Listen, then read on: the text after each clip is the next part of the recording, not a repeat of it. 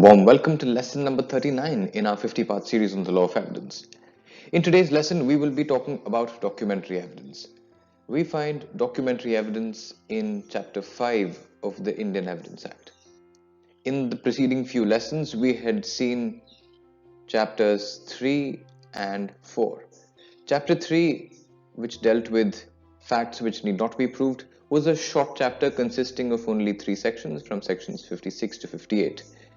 Chapter 4, that dealt with oral evidence, was again very short, consisting of only 2 sections.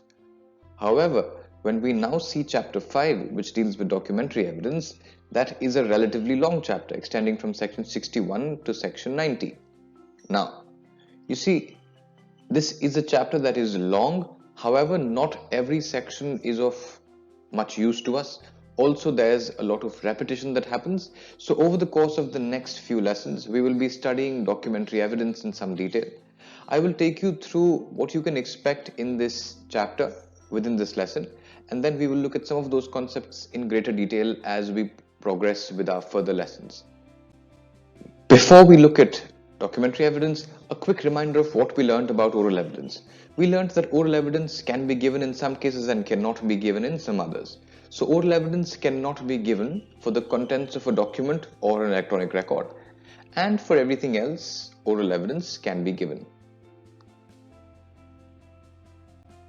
So if we look at the provision, section 59 says that all facts except the contents of documents and electronic records may be proved by oral evidence.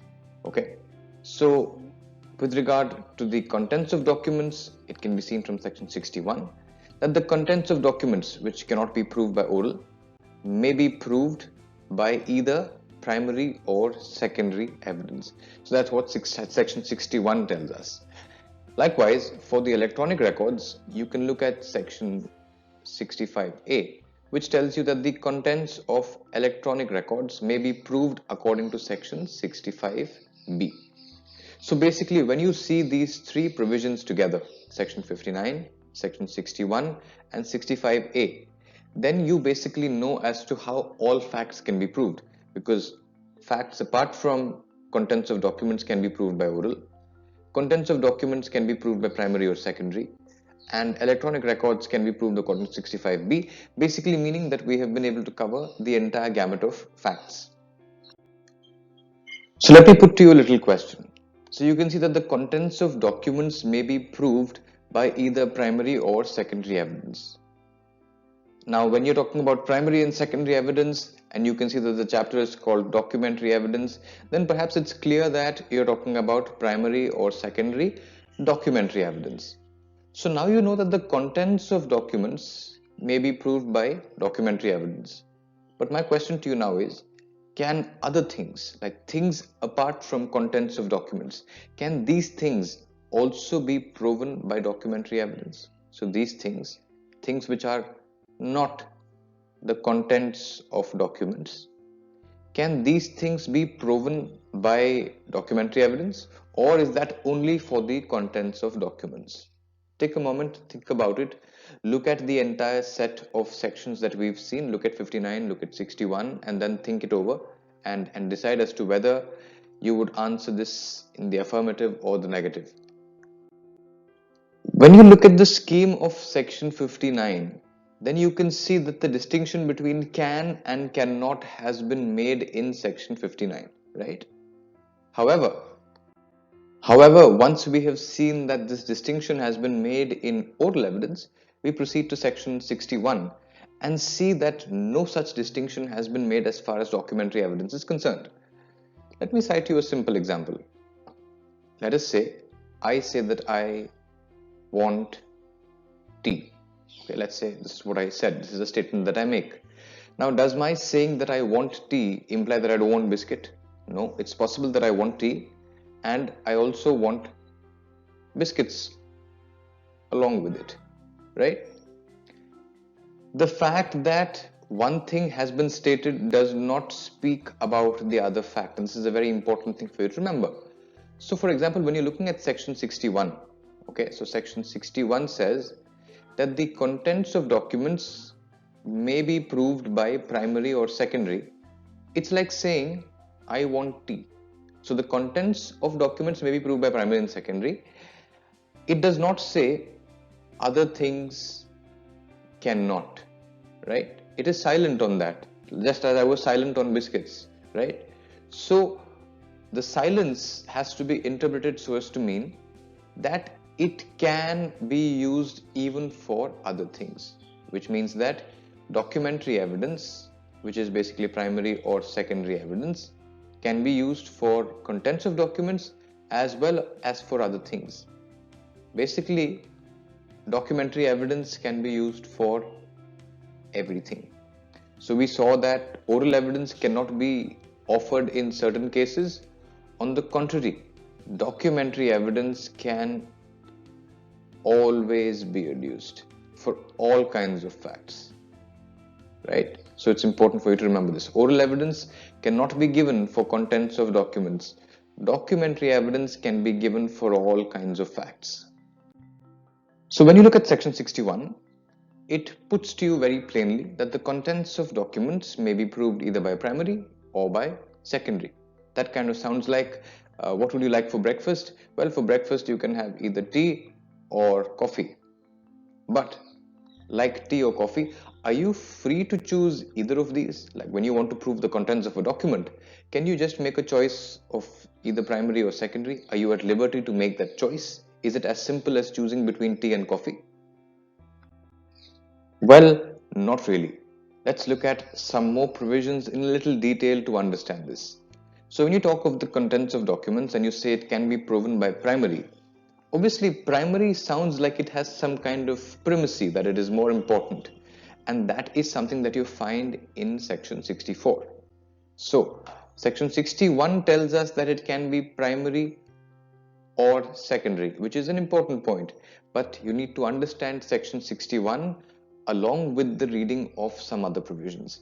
So when you see section 64, it says that documents must be proved by primary evidence except in the cases hereinafter mentioned. Okay. And then with regard to secondary evidence, have a look at section 65. It says cases in which secondary evidence may be given. So what you can see from here is that ordinarily documents must be proved by primary evidence, right? And in some exceptional situations, which are hereinafter mentioned, which means after section 64, which is basically section 65. So there are some cases, and those cases are mentioned in section 65. And these cases are exceptional, right? So the cases given in section 65 are exceptional. Section 65 does not call these exceptional cases, but you realize that they are exceptional when you look at section 64. Okay. So what we learn is that although documentary evidence, the contents of a document, may be proved by primary or secondary, primary is preferred. Okay. In fact, it is the rule that primary must be given, just that in exceptional situations, you can also give secondary evidence. And therefore, you can say that both primary and secondary could be given, like either of these could be given. And to that extent, it validates section 61. However, do not make the mistake of thinking that primary and secondary are at the same level. Primary is preferred. Secondary is given only in exceptional situations. I will just briefly take you through this entire chapter 6 as we conclude this lesson, so that you have an overview of what to expect in this chapter, and then you can go ahead and read the Bare Act by yourself as well. So, when we look at section 61 to 90, we are basically dealing with documentary evidence.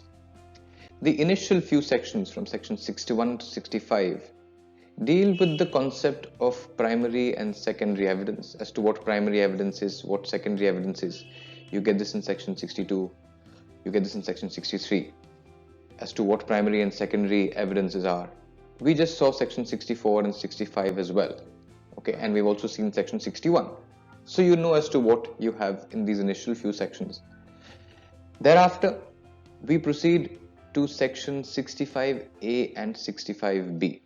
So when you go to section 65A and 65B, then you know that we are dealing with the electronic records, which was introduced by the amendment of 2000 in the year 2000, and this was with the introduction of the IT Act of 2000, and therefore these provisions were introduced. Now it's important for you to remember that the scheme of the Indian Evidence Act, when you look at the Indian Evidence Act, the scheme of the Indian Evidence Act is based on our knowledge and experience of 1872, right? And based on this scheme, you know that all kinds of evidence have been divided into oral and documentary. So we'd seen that there are various kinds of evidence, and we saw that even in one of our immediately previous videos, where ballistic evidence, forensic evidence, for example, these are various types of evidence. But then we ultimately have to put it into one of two buckets, right? So you have only these two buckets. So no matter what you have here, you either have to throw it into this or you have to throw it into this. There is no third choice. The same thing has happened even with electronic evidence. So although electronic evidence is a new kind of evidence, it was something that was not known previously. The scheme of the Indian Evidence Act is such that it has to be put into either the bucket of oral or into the bucket of documentary. And when the law was enacted, it was decided that it would be thrown into the bucket of documentary evidence, right? So you can kind of think of it like this. Electronic records. So let us say there's a video. Let's say this is, you have a phone, a device, okay? And then in this you have a video of some people playing or whatever, anything. Now this thing which is in motion, maybe it looks like a witness speaking to you, maybe it does not look like a document, but then by the fiction of the law, which is what we understand as a legal fiction, or by a deeming provision, the electronic record is brought at par with the document if a certain set of criteria is satisfied, right? So if the criteria under 65A and B are satisfied, the electronic record is treated as a document, and then the evidence is treated as documentary evidence. So if you look at section 3, it says two kinds of evidence, oral and documentary. And when you look at documentary evidence, it says documents including electronic records which are presented for the inspection of the court. So by the force of this fiction, which was introduced in the year 2000, by means of section 65A and 65B, we have the provisions relating to electronic evidence in this chapter relating to documentary evidence. That's very important for you to know. So very strictly, electronic evidence may not be conventionally documentary evidence, but its placement is such that we discuss electronic evidence in the context of documentary evidence. So that's the next important thing that you have in this chapter. Moving ahead, there are not so many important sections in this chapter. Thereafter, when you go into sections 74, for example, and 75, you'd find that it talks about public and private documents. You can perhaps have a look at these provisions and it will tell you as to what these are. And then you'd find thereafter, somewhere 79 onwards, going up till 90, you'll find presumptions as to the genuineness of various documents. That's precisely what you'd be having in all of these provisions here. So various kinds of documents would be stated, and they would all be presumed to be authentic or genuine in certain ways, right?